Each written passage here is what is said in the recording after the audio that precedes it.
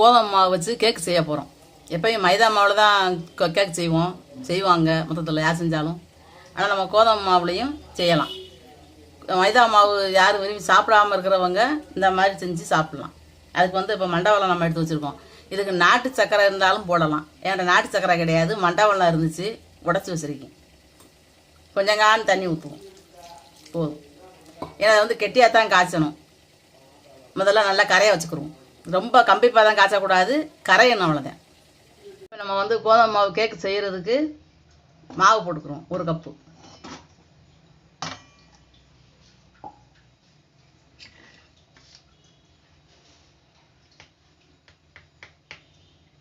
இது வந்து baking soda கொஞ்சம் போட்டால் போதும்.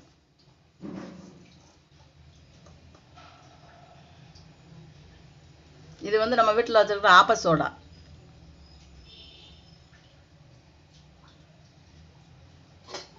இப்போ இதை வந்து நல்லா கிண்டி விட்டுக்கிறோம். இது எல்லாமே ஒன்று சேர்ற மாதிரி கிண்டி விட்டுக்கிறோம். நம்ம ஃபஸ்ட்டு கொஞ்சம் தான் செய்ய போகிறோம்.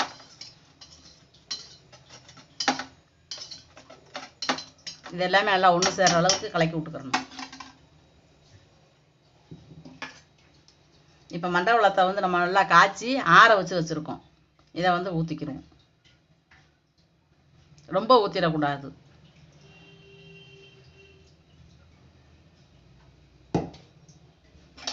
கொஞ்சம்தான் ஊற்றணும். நம்ம காணலைன்னா அப்புறம் ஊற்றிக்கலாம். கெட்டியாக காய்ச்சி நம்ம வந்து வடிகட்டி ஊற்றணும். மெதுவாக தான் இறங்கும்.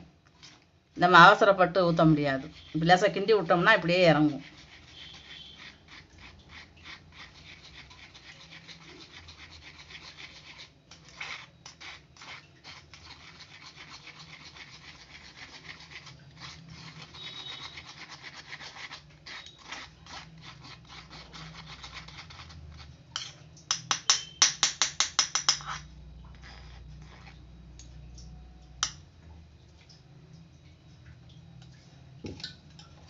இப்போ வச்சு நம்ம இப்படி கிண்டி விடுவோம். காணலைன்னா அப்புறம் கொஞ்சம் ஊற்றிக்கலாம்.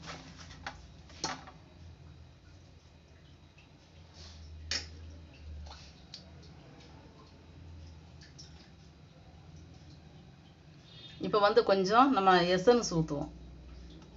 மணத்துக்கு கொஞ்சம் தான்.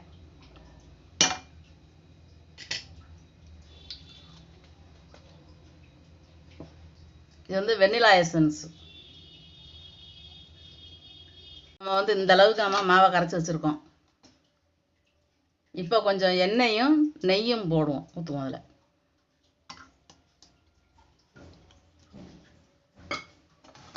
இதையும் ஊற்றி நல்லா கிண்டணும். எல்லாம் ஒன்று சேர்ற மாதிரி இதை நல்லா கலக்கி விட்டுக்கிறணும். இப்போ வந்து நம்ம இதில் கொஞ்சம் நெய் போட்டிருக்கோம். ஃபுல்லாக தடவி விட்டுக்குருவோம். நம்ம அது பேப்பர்லாம் எதுவும் போட போகிறதில்ல. நெய் மட்டும் தடவி விட்டால் போதும்.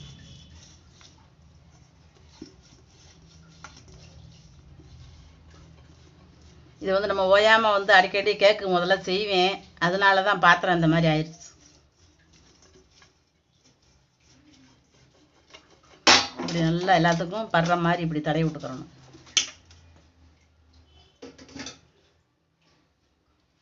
இப்போ வந்து கொஞ்சம் கோதுமை மாவு எடுத்து தூவி விட்டுக்கிறோம்.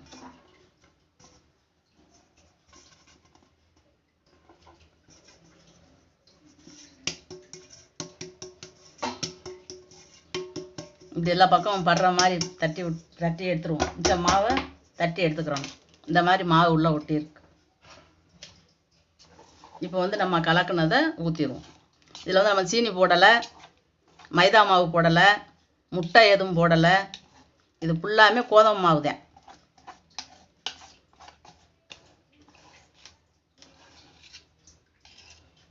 நல்லா இந்த மாதிரி கெட்டியாக இருக்கணும். ரொம்ப தண்ணியாக இருக்கக்கூடாது.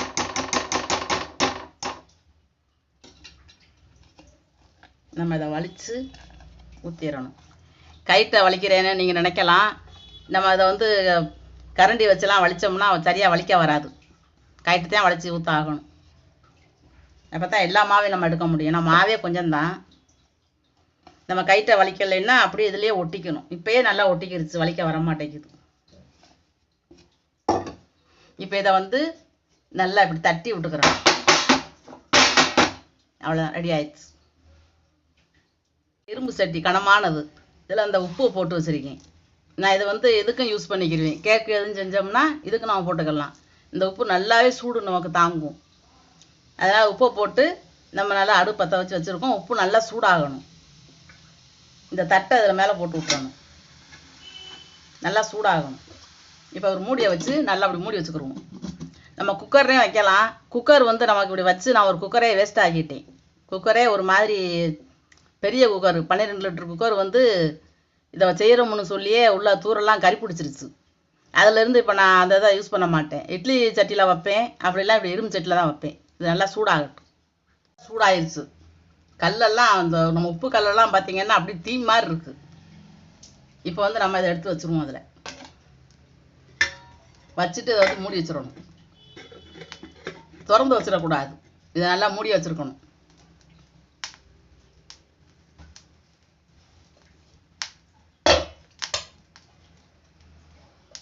இப்போ இதை வச்சு மூடி வைக்கணும். இட்லி பாத்திரத்தோட மூடி இதை நல்லா வச்சு மூடி வச்சிடணும்.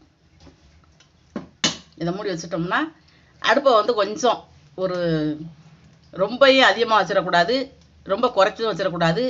ஏற்கனவே உப்பு நமக்கு சூடானதுனால கேக்கு வேக ஆரம்பிச்சிடும். கொஞ்சம் குறைச்சி வைக்கணும் அடுப்பை. ஒரு 40 நிமிஷம் 45 நிமிஷம் இருக்கணும். அடுப்பை நல்லா கொஞ்சம் குறைச்சி வைக்கணும், ரொம்ப குறைச்சி வச்சிடக்கூடாது. கேக்கை திறந்து பார்ப்போம். இந்த அளவுக்கு வந்திருக்கு. நம்ம ஓயாமல் திறந்து பார்க்கக்கூடாது. இப்போ நம்ம வந்து முந்திரி பருப்பை வந்து உடச்சி வச்சுருக்கோம், அதை லேசாக தூவி விட்டுக்குருவோம் மேலே. அதை நம்ம எடுத்து சாப்பிட்றதுக்கு நல்லாயிருக்கும். வெறும் கேக்கா இல்லாமல் நம்ம வேணும் சாப்பிட்றதுக்கு நல்லாயிருக்கும்.